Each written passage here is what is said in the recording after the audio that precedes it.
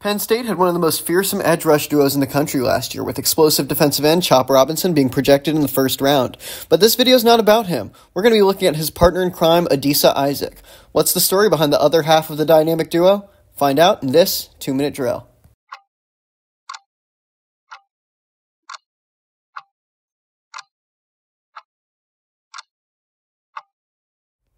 Isaac is a tricky edge rusher. His arsenal of moves to create pressure in the backfield creates a bag that is honestly more varied than some of the first-round projected talents in the class. I saw him initiate swipes, swim moves, and underarm moves in order to get sacks and tackles for loss for the Nittany Lions.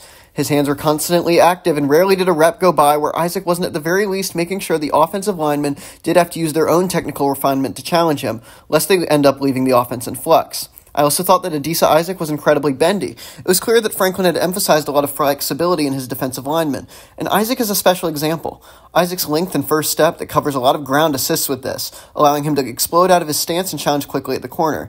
He keeps his initial burst throughout the rep, allowing him to chain together the aforementioned pass rush moves to create pressures that mark the Penn State line as such a force. Unfortunately, as good as Adisa Isaac is as a pass rusher, he's very raw as a run stopper. His limited weight and power makes him much more fit for a specialized pass rushing role. When Isaac is given the opportunity to work as a run stopper, he's often pushed out of the play, and his instincts wind up putting him in the wrong place. He's very willing to play the run, for sure, but he's bafflingly inefficient.